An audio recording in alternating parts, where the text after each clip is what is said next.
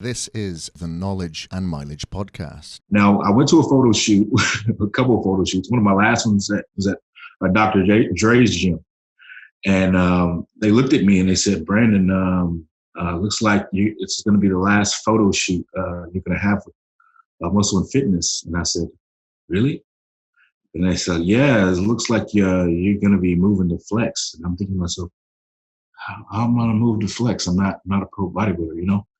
And but they just said the progress that I had made, I guess they assumed that I was going to get my pro card. So at that time, so it was one of my last little shoots there. And they actually did a going away shoot for me at Muscle Fitness as well.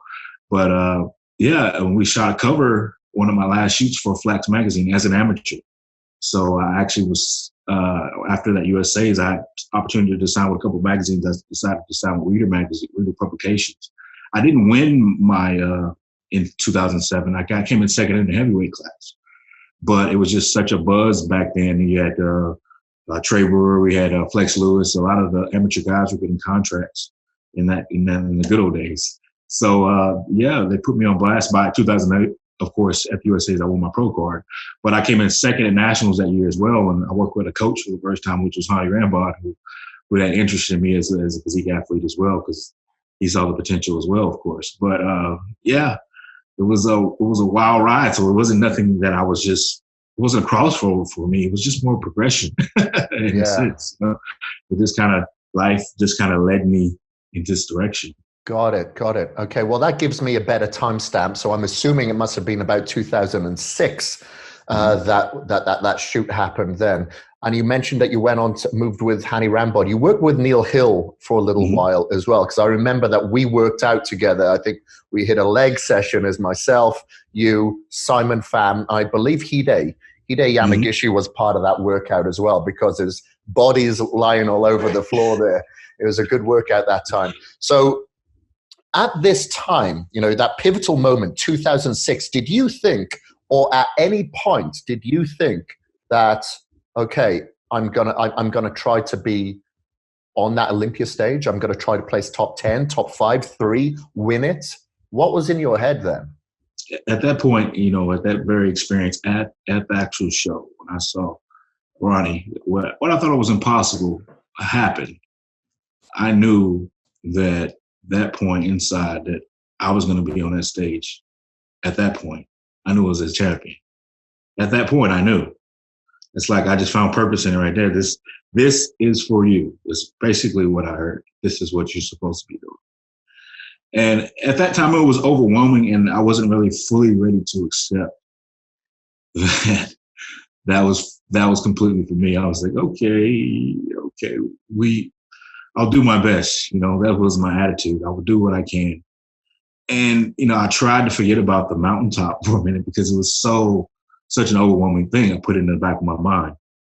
But it helped me in a way, because every time I would go through these tough times in the industry, you know, my rises and my successes and my failures, definitely when my failures came, you know, when I wanted to question everything, I have this anchor in my mind that I cannot let go of. This feeling, this understanding that was given to me in 2006 that this is not a chance thing for you. This is a destiny. So I had to, you know, it's no way. I either had to deny it or accept it for what it was. And in my head, it was undeniable. So at the end of the day, no matter what I experienced, it was undeniable. And I had to just understand that this is the process.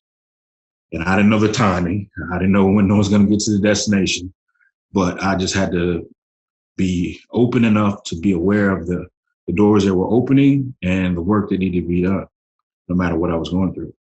Right. Okay. So however you treated today would basically dictate tomorrow. It wasn't too far ahead that you were focused on. You knew it would lead somewhere, but whatever you did today would lead to that following day.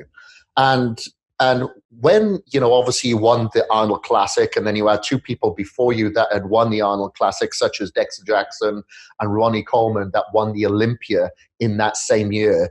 At the Arnold Classic, and when you won that, did you think then straight after that, hey, you know what? I could be taking that Olympia title. This is reality. That is exactly what happened. Actually, that was the plan after the 2018 season. Coach was like, "We're going to do the Arnold, right?" I was like, "Yeah, we got to do the Arnold to gain the momentum for the Olympia, because if I win the Arnold, it's automatically they're going to be talking about a front runner for the Olympia. I need that motivation. I need that drive. So the first things first, win the Arnold." And and I knew that if I could win the Arnold and make a statement at the Arnold, I could challenge the reigning champ, which was Sean Roden. I would be a legitimate challenge for him, not knowing the situation that would come to the forefront after the fact. But just thinking in my head, if I bring the package that I know I can bring into the Arnold, I know that I will have Sean worried about me coming into the Olympia. I know I'll be able to take him out. And that was the mission. That was the plan. And me and my coach, we set it out that way. And that's exactly where we're going to attack it.